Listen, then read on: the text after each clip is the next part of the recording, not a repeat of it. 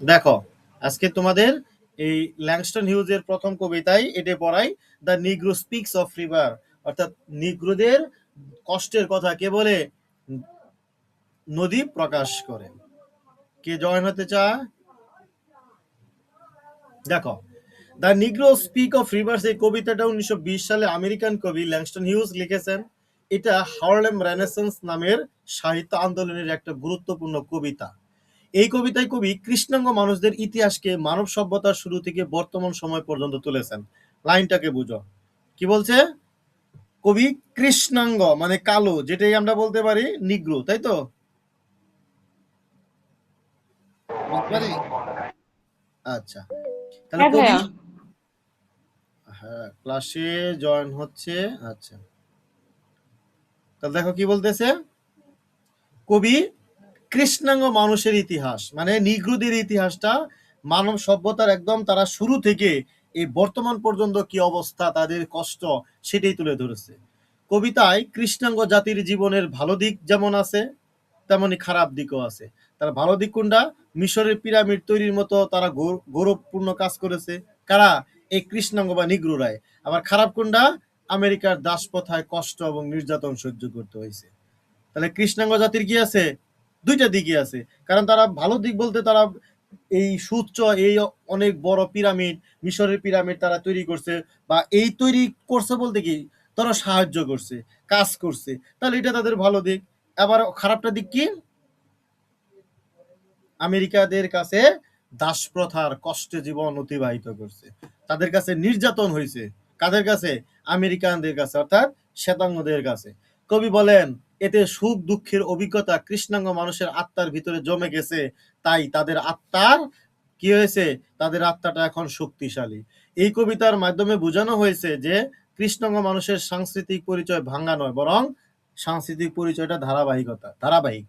দাসপ্রথার মতো ভয়াবহ সময় পার করেও তারা তারা অতীতের সঙ্গে যুক্ত আছে। দেখো, এই যে কৃষ্ণাঙ্গ মানুষরা যে এই যে দাসপ্রথা বলো অতীত থেকে শুরু করে বর্তমান পর্যন্ত এখনো তারা আছেই না।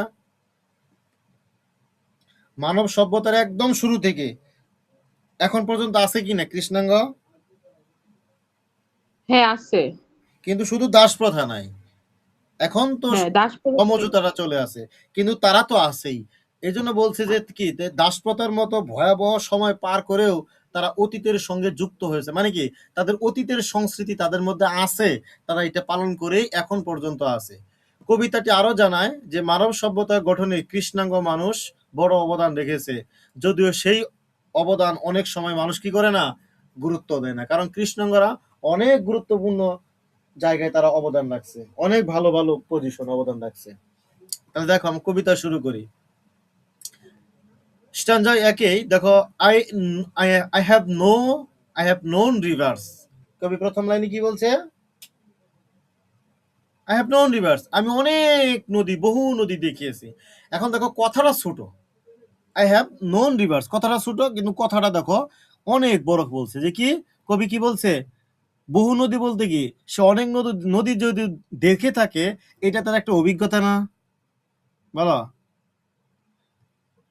সে, তুমি যদি 5টা নদী বলো, এখন তোমাকে যদি বলি নদী সম্পর্কে তুমি আমার কাছে আলোচনা করো, তাহলে তুমি যেগুলো বলবা তুমি দেখেছো, এটা তোমার একটা অভিজ্ঞতা থেকে বলবা না? বলো। কবি বলতেছে আমি অনেক বহু নদী দেখছি, তার মানে কি কবি বিভিন্ন, তার যে অভিজ্ঞতা, তার মাথার ভিতরে যে জ্ঞান, এটাকে তিনি কিসের সাথে তুলনা করছে? নদীর সাথে। অর্থাৎ তিনি বহু নদী দেখেছেন, তার মানে কি তিনি নিগ্রোদের কষ্টের জীবনটা দেখেছেন, নিগ্রোদের কান্না, নিগ্রোদের কষ্টের জীবন, এগুলো তিনি স্পষ্ট চোখ চোখ দিয়ে দেখেছেন। এই নদীগুলোকে প্রাচীন বলেছেন। নদীগুলো কিসের? নদীগুলো কিসের? অনেক আগের। কারণ তিনি দেখেছেন সেই প্রাচীন সভ্যতার শুরু থেকে নিগ্রোরাই অত্যাচারিত। তারা মানব সভ্যতা যখন শুরু হয়েছে, এই নিগ্রোরা যখন জাতি তৈরি হইল, এই নিগ্রোরা তৈরি থেকেই কি হইল? একদম নির্যাতিত। তাদের দাস হিসেবে পৃথিবীর সব জায়গায় বিক্রি করা হয়েছে। সেই সুদূর মিশর, আমেরিকাও কি তাদেরকে দাস হিসেবে বিক্রি করতে কবি নিজ চোখে দেখেছে। এই জন্য বলছে কি আই নন রিভার্স, আমি বহু নদী দেখেছি। তাহলে বহু নদী দ্বারা কি বুঝাইছে এখানে? ফারজানা, পিনাকি, হুমাইরা, জান্নাত, সাবরিনা বলো। হ্যাঁ হ্যাঁ। বহু নদী দ্বারা বলতে কি বুঝাইছে? বহু নদী। 1 নম্বর, নিগ্রোদের কষ্টের জীবন, কান্না, এটা দেখেছে। আবার কি দেখছে? যে মানব এক্সপিরিয়েন্স। সভ্যতার একদম শুরু থেকেই এই নিগ্রোরা অত্যাচারিত, এটাও দেখেছে, কারণ তাদেরকে দাস হিসেবে বিক্রি করা হইতো। তাহলে বহু নদী বলতে কি, কবি তার অভিজ্ঞতাটা প্রকাশ করছে যে এখানে নিগ্রোদের জীবনটা কেমন। ক্লিয়ার? হুম। হ্যাঁ। আবার বলতেছে 2 নম্বরে দেখো, I have known rivers ancient as the world and older than the flow of human blood in human veins. দেখো, I have known rivers ancient as the world, আমি দেখেছি কি? আমি দেখেছি পৃথিবীর মতো বহু প্রাচীন বা পুরাতন নদী, and older than the flow of human blood in human veins, এবং কি দেখেছি? দেখো, আমি পৃথিবীর মতো বহু পুরাতন নদী দেখেছি এবং তাদের প্রাচীন বহমান স্রোত, যা প্রাচীন মানবের দেহে রক্তের স্রোতের চাইতেও প্রাচীন। কি বলছো এখানে? কিছুই বোঝো না। দেখো, কবি এখানে নিগ্রোদের জীবন কষ্টের কথা তো তোমরা আগেও আমি প্রথমে বললাম যে এখানে প্রত্যেকটা লাইনের ক্ষেত্রেই কবি শুধু একটা কথাই বলছে যে নিগ্রোদের জীবন কষ্ট। কারণ প্রথম লাইন, এই যে দ্বিতীয় লাইনে বলছে I have known rivers and S the world, আমি পৃথিবীতে বহু পুরাতন নদী দেখেছি। তার মানে কি, নিগ্রোদের কষ্ট, কষ্টের জীবন, কান্না, এগুলো তিনি দেখেছেন। এই নদী, তিনি আবার এই নদীগুলোকে বা এই কষ্টের জীবনগুলোকে প্রাচীন বলেছে। কারণ কারণ কি? প্রাচীন বলতে কি পুরাতন না, ফারজানা? মানে যুগ যুগ ধরে দুঃখ কষ্ট এক্সপিরিয়েন্স করে হ্যাঁ, আসতেছে। এইটা হইতেছে পুরাতন, তার মানে অতীত। তো এইখানে এই হুম। প্রাচীন বলাটার কারণ হইতেছে এই নিগ্রোরা একদম প্রাচীন বা আগ শুরু থেকেই তারা, নিগ্রোরা কি, নির্যাতিত। নির্যাতিত। আবার বলছে কি, যে তাদের এই যে প্রাচীন বহমান স্রোত, অর্থাৎ তারা যে এই যে শুরু থেকে এই যে বর্তমান পর্যন্ত আসছে, তারা যে এই যে অত্যাচারিত হয়ে আসছে, এটা কেমন? মানব দেহের রক্তের স্রোতের চাইতেও প্রাচীন। অর্থাৎ কি বুঝাইছে?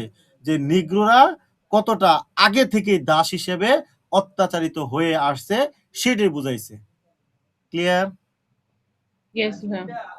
আচ্ছা, তারপর 3 নম্বর বলতেছে দেখো, my soul has grown deep like the rivers, আজ আমার আত্মা নদীর মতোই গভীর হয়েছে বহুগুণে। তার মানে কি? কবি দেখো, কবি আবার তার হৃদয়ে কি করছে? কবি বলতেছে তার হৃদয় আজ নদীর মতোই বহুগুণ, দ্বিগুণ হয়ে গেছে। তার মানে কি? এখানে একটু বুঝো, দ্বিগুণ হয়ে গেছে এটা আমরা পরে রাখি। নদী কি চলমান বহমান না? হুম। তো এই নদীর তীরেই বহু সভ্যতা গড়ে উঠেছে যুগ যুগ ধরে। তাই নদী আজ জ্ঞানের দিক থেকে অনেক গভীর। আমরা যদি নদীকে একটা ব্যক্তি হিসেবে বলি, যেমন নদীর আশেপাশে কি আছে? অনেক সভ্যতা তৈরি হচ্ছে। তাহলে এটা এটা কি নদী এই জিনিসগুলো দেখতেছে না? এটা সে নিজ চোখে বুঝতেছে। তাহলে কি এটা তার একটা জ্ঞান অর্জন হইলো না? বলো। হ্যাঁ। নদীকে আমি একটা ব্যক্তি রূপে বললাম। তো নদীর আশেপাশে যদি এই সভ্যতা গড়ে ওঠে, নদী এটা দেখবে, জ্ঞান অর্জন করবে। তো কবি বলতেছে যে এই যে নদীর কথা বলছি, যে নদীটা বহমান, এই নদীর তীরে বহু সভ্যতা গড়ে উঠেছে। তাহলে কি হয়েছে? নদী আজ জ্ঞানের দিক থেকে কি অনেক বেশি গভীর, অনেক অভিজ্ঞ। এগিয়ে। তো এটা একটা দেখো, একটা মানে একটা সেন্স, মানে এটাকে বলা যায় খুব ক্রিটিক্যাল কথা। অর্থাৎ এখানে রূপক অর্থে কবি কি বুঝাইছে? কবি কবি তার জ্ঞানের গভীরতাটাকে বুঝাইছে। আর কি বুঝাইতে চাইছে? যে বহু ইতিহাস ঘেটে আজ তার অভিজ্ঞতার গভীরতা নদীর মতোই হয়ে গেছে। তার মানে কি, কবি নিগ্রোদেরকে নিয়ে অনেক ঘাটাঘাটি করছে, অনেক সভ্যতা দেখছে। একদম শুরু থেকে যে এই শেষ পর্যন্ত ইতিহাস ঘাটা, তারা দেখছে কি, লেখক দেখছে কি, যে শুরু থেকে শেষ পর্যন্ত এই নিগ্রোরা নির্যাতিতই। তাহলে এই যে তার, তিনি কি করছে? বহু, ওই যে বলছে বহু নদী দেখেছি, তার মানে তার অভিজ্ঞতাটা কি অল্প? না, অনেক। অনেক। এই জন্য কবি বুঝাইছে যে কি, যে নদীর পাশে সভ্যতা গড়ে উঠলে যেমন নদীর জ্ঞান গভীর হয়ে যায়, তো আমারও কি অভিজ্ঞতার কারণে নদীর মতোই আমারও জ্ঞান গভীর হয়ে গেছে। গভীর। আচ্ছা, তারপর দেখো স্ট্যান্জা 2, I bathed in the Euphrates when dawns were young. আমি ডুব দিয়েছি ইউফ্রেটিস নদীর জলে যখন সভ্যতার উষালগ্ন ছিল। উষালগ্ন মানে কি? ভোর, সকাল, আমরা জানি এটা উষা। তার মানে এখানে শুরু বুঝাইছে। কি বুঝাইছে? ডাউন দ্বারা ডাউন দ্বারা কি বুঝাইছে? ডাউনস দ্বারা এখানে সকাল, ভোর, উষা, কিন্তু আমরা এখানে কি বুঝবো? সভ্যতার শুরু। ডাউন মানে কি? সভ্যতার সভ্যতা। শুরু। তার মানে কবি বলতেছে আমি ইউফ্রেটিস নদীর জলে ডুব দিয়েছি যখন সভ্যতার শুরু ছিল। এখন এখানে একটা নদীর নাম উল্লেখ আছে, নাম কি? ইউফ্রেটাস। এই নদীগুলো নাম কিন্তু নোট করবা। কবিতার ক্ষেত্রে নোটগুলো এগুলো কিন্তু আসে, খুব ক্রিটিক্যাল। নদীর নামগুলো দিয়েই তোমার ব্রিফগুলো চলে আসে। দেখো, কবি এখানে তার অভিজ্ঞতার কথা বলছে। আবার কি অভিজ্ঞতা? যে তিনি বলছেন যে তিনি ইউফ্রেটিস নদীর তীরে অনেক সভ্যতা, আমরা কিন্তু প্রথম স্ট্যান্ডার শেষের দিকে পড়ে আসলাম যে কি, যে এই যে একটা লাইন দেখো, নদীর তীরে বহু সভ্যতা গড়ে উঠেছে যুগ যুগ ধরে। তো এই জন্য কবি বলতেছে আমি ডুব দিয়েছি ইউফ্রেটিস নদীর তীরে, নদীর জলে। অর্থাৎ তিনি ইউফ্রেটিস নদীর তীরে গড়ে ওঠা সভ্যতা সম্পর্কে কি করেছেন? এই যে যুগ যুগ ধরে যে নদীর তীরে সভ্যতা গড়ে উঠেছে, এইটা সম্পর্কে তিনি জেনেছেন। আবার তিনি দেখেছেন এই সভ্যতা গড়ে উঠলেও শুরু থেকে একদম নিগ্রোরা কি হিসেবে কি হইতো? দাস হিসেবে বিক্রি হইতো, তাদেরকে অত্যাচার করা হইতো। এই জন্য কবি বলছে যখন অসভ্যতার উষালগ্ন ছিল, তার মানে কি? তার মানে সভ্যতার শুরু থেকেই নিগ্রোরা কি নিষ্পেষিত। এখন ইউফ্রেটিস নদীর জলে এইটা দ্বারা তোমাকে জিজ্ঞাসা করলো না যে ভাই এখানে নদীর কথা কেন উল্লেখ আছে। আমরা একদম শিরোনামে কি নদী পাইছিলাম না? The নিগ্রো speaks of speak. River. হ্যাঁ, স্পিক অফ রিভার্স, তার মানে কি নদীরা নিগ্রোদের কথা বলে। তার মানে এখানে ইউফ্রেটিস নদীটাও কার কথা বলতেছে? নিগ্রোদের দুঃখ কষ্ট কথা। হ্যাঁ, এই জন্য কবি বলছে যে আমি বহু নদী দেখিয়েছি। তার মানে আমি নিগ্রো সম্পর্কে অনেক ইতিহাস ঘেটেছে, সবকিছুই দেখেছি। কি যে একদম হোয়েন ডাউনস অর ইয়াং, একদম সভ্যতার শুরু থেকেই তারা নিষ্পেষিত। I build my heart near the Congo and it lulled me to sleep. আরেকটা নদী পাইলাম। কি নদী? কঙ্গো নদী, আফ্রিকার। আফ্রিকা মহাদেশের একটা দেশের নাম কিন্তু কঙ্গো। আফ্রিকার নদীর নাম কি? আফ্রিকা মহাদেশের একটা দেশের নাম কঙ্গো। আবার কি আছে? আফ্রিকান এটা দেশ। নদীও আছে। কথা ক্লিয়ার? কিন্তু এখানে কি অর্থে প্রকাশিত হয়েছে কঙ্গো?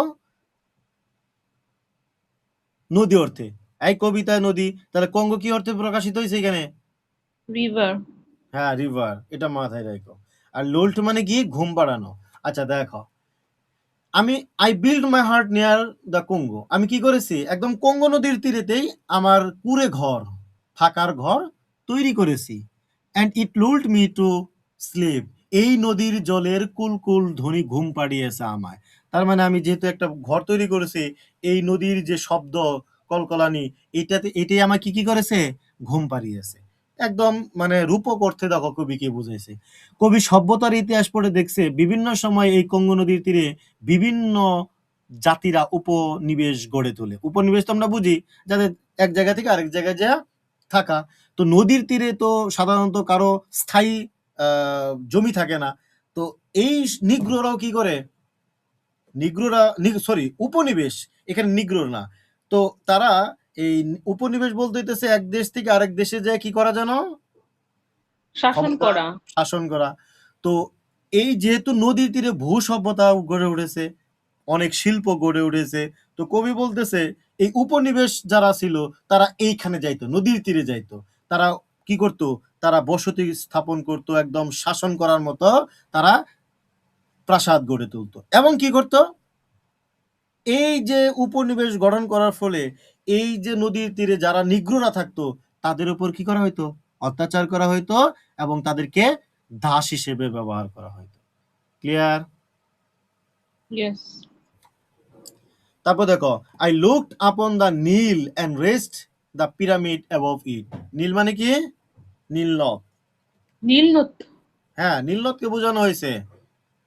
আর পিরামিড তো আমরা জানি মিশরের পিরামিড। আচ্ছা দেখো, আই লুকড আপন দ্য নীল, আমি নীল নদের সৌন্দর্য বা আমি নীল নদের দিকে তাকিয়েছি, সৌন্দর্য দেখিয়েছি।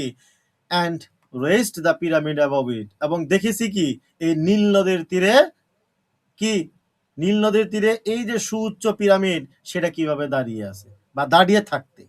দেখো লাইনটা কিভাবে আবার বলি লাইনটা। কবি বলতেছে আমি নীল নদের সৌন্দর্যের দিকে তাকিয়ে দেখেছি, এবং কি দেখেছি, এই নীল নদীর তীরে গড়ে ওঠা সুউচ্চ পিরামিড দাঁড়িয়ে আছে, সেটাও দেখেছি। তার মানে এখানে ওই নীল নদ, এটাও কি নদীর তীরে গড়ে ওঠা একটা সভ্যতা না? নীল নদ, তার নীল নদের পাশেই তো সভ্যতা গড়ে উঠেছে, এটাও তো। কারণ আমরা কবিতার শুরুতেই পাইছি রিভার, মনে আছে তো? তাহলে এখানে কোন কোন নদী তীরে সভ্যতা গড়ে উঠেছে ফারজানা বা বাকিরা জি বলো, ভাইয়া। কি কি বলো? ইউফ্রেটিস, কঙ্গো, ইউফ্রেটিস, নীল নদ, কঙ্গো আর ইউফ্রেটিস, নাইল। কঙ্গো, নীল, And নীল নাইল। নদ। আচ্ছা, তো কবি বলতেছে কবি নীল নদের তীরে গড়ে ওঠা সভ্যতা সম্পর্কেও জেনেছেন। তিনি জেনেছেন তখন দাসপ্রথা প্রচলিত ছিল, আর বিশেষ করে নিগ্রো জাতিরাই সবচেয়ে বেশি নিষ্পেষিত ছিল, এবং তাদেরকে বেশি বেশি করে দাস হিসেবে বিক্রি করা হইতো। এই যে কবি বলতেছে যে আমি নীল নদের সৌন্দর্য দেখেছি, ঠিক আছে, তার সাথে যে সুউচ্চ পিরামিড দাঁড়িয়ে আছে, এটা কাদের অবদান? ওই যে আমরা ইন্ট্রোডাকশনে পড়ছিলাম, কাদের অবদান? নিগ্রোদের, স্লেভ অরিজিনের। নিগ্রোদের। এটা ভালো দিক, তবুও তাদেরকে নিগ্রোদের কি কি করা হইতো? নির্যাতিত করা হইতো, নির্যাতন করা হইতো। I heard the singing of the Mississippi, এটাও কিন্তু একটা নদীর নাম। হ্যাঁ, মিসিসিপি। আচ্ছা, সরি, দেখো, এটা শহর, নদী না, ভুল বলছি। I heard the singing of the Mississippi when Abe Lincoln went down to New Orleans. দেখো ভালো করে বুঝো, আমরা এখানে কয়েকটা শব্দ পাইলাম। মিসিসিপি শহরের নাম, এবে লিঙ্কন বলতে কি আব্রাহাম লিঙ্কনকে বোঝানো হয়েছে। Abraham Lincoln. হ্যাঁ, আর অরল্যান্ডস হইতেছে কি নিউ অরল্যান্ডস একটা এলাকার নাম বা জায়গার নাম, শহরের নাম। ক্লিয়ার? জি দেখো, ভাইয়া। I heard the singing of the Mississippi, আমি মিসিসিপি শহরে কি গান শুনেছি। কিসের গান? মুক্তির গান। কিসের গান? নিগ্রোরা তো মুক্তির গান। হ্যাঁ, মুক্তির গান। এই কথাটা কেন আসলো? কারণ নিগ্রোরা তো মুক্তি চায়। আবার বলতেছে when Abraham Lincoln went down to New Orleans, যখন আব্রাহাম লিঙ্কন এই নিউ অরল্যান্ডে এসেছিল, কিভাবে? জলপথে বা নৌকা দিয়ে। I have seen its muddy bosom turn all golden in the sunset. তারপরে কবি বলতেছে যে আমি আবার দেখেছি কি তাকে স্বাগত জানাতে নিষ্পেষিত কর্দমাক্ত দেহধারী শত শত লোক সূর্যাস্তের সময় সোনালী রোদে দেখেছে দাঁড়িয়ে। কি বুঝলা এখানে? দেখো, কবি বলতেছে যে আমি মিসিসিপি শহরে মুক্তির গান শুনেছি, কিন্তু যখন এই আব্রাহাম লিঙ্কন এই নিউ অরল্যান্ডের নৌকা দিয়ে আসতেছিল, তখন কবি বলতেছে আমি আবার দেখেছি। কি দেখেছি? এই আব্রাহাম লিঙ্কনকে স্বাগত জানানোর জন্য এই শরীরে কাদামুক্ত হয়ে সূর্যাস্তের সময়, মানে সূর্য উঠতেছে এরকম সময় শত শত লোক কি করছে? রোদে দাঁড়িয়ে তাকে স্বাগত জানানোর জন্য দাঁড়িয়ে আছে। তার মানে কবি বলছে আব্রাহাম লিঙ্কন এক সময় নিগ্রোদের পক্ষে কথা বলতে শুরু করে। তিনি মিসিসিপিতে তাদের পক্ষে একটি ভাষণ দিয়েছিল। তার মানে আব্রাহাম লিঙ্কন কি করেছিল এক সময়? এই মিসিসিপিতে এসে এই নিগ্রোদের পক্ষেও কথা বলেছিল। তিনি নিউ অরল্যান্ডে এসেছিলেন, যেখানে শত শত নিগ্রোরা দাস হিসেবে বৈষম্যপূর্ণ জীবনযাপন পার করত। তারা যেন কর্দমাক্ত দেহে নদীর তীরে আব্রাহাম লিঙ্কনকে মুক্তির দূত হিসেবে তার দিকে স্বাগত জানানোর জন্য দাঁড়িয়েছিল। আই হ্যাভ নোন রিভার্স, আমি দেখেছি বহু নদী। অ্যানসাইন্ট, প্রাচীন, ডাস্কি রিভার্স, ঘোলাটে সব নদী।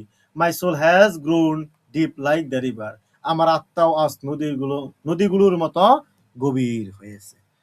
তার মানে কবি বলছেন তিনি অনেক নদীর তীরে গড়ে ওঠা সভ্যতা সম্পর্কে জেনেছেন। তিনি দেখেছেন বিভিন্ন সম্প্রদায়ের জীবন প্রণালী। বিভিন্ন সম্প্রদায় বলতে কি? এই নিগ্রোদের জীবন কষ্টের কাহিনী। নদীর তীরে গড়ে ওঠা সভ্যতার মধ্যে এই দাসপ্রথার প্রচলন ছিল।